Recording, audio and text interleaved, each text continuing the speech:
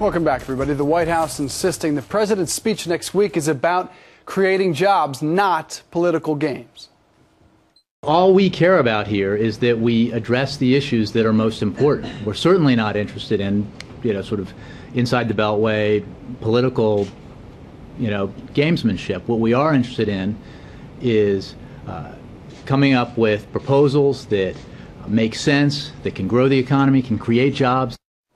But some say this scheduling issue was all a political ploy. Mark Falzon is a Democrat and an unemployed father of 5. He was just elected president of the Jersey Shore Tea Party. And some people say, wait, Democrat, Tea Party leader?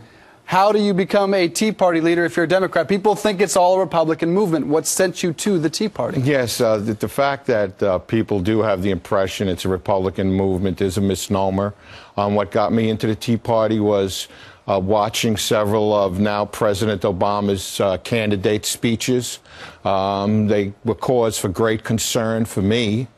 And I know there are many other Tea Party Democrats out there, and we long for the days of a John Kennedy, a Daniel Patrick Moynihan, people now who would be considered right-wing extremists by the current crop of DNC leadership. Well, the president's spokesperson there says that the White House is not interested in political gamesmanship. Do you agree? Thank you. I needed a good chuckle. It seems like everything they do is politically oriented. Anyone with common sense knows the economy goes nowhere unless 3 important factors are addressed, and that is overregulation that's stifling business, the cost and the unknown factors of Obamacare, and the cost of electricity and fuel. And until those 3 things are addressed, everything else is just what we call in the private sector busy work, which means accomplishing nothing. Okay, well, you've been unemployed now for 5 years. And the president's going to speak, as we mentioned, September 8th, 7 o'clock, in front of a joint session of Congress about creating jobs. What do you want to hear from the president? To be honest, I probably won't even listen to the speech because I've heard it all before. There'll be class warfare. But we don't know. We don't know what he'll say yet. We haven't seen his remarks. What would you like him to say? I'd like to hear him say he'll be repealing Obamacare.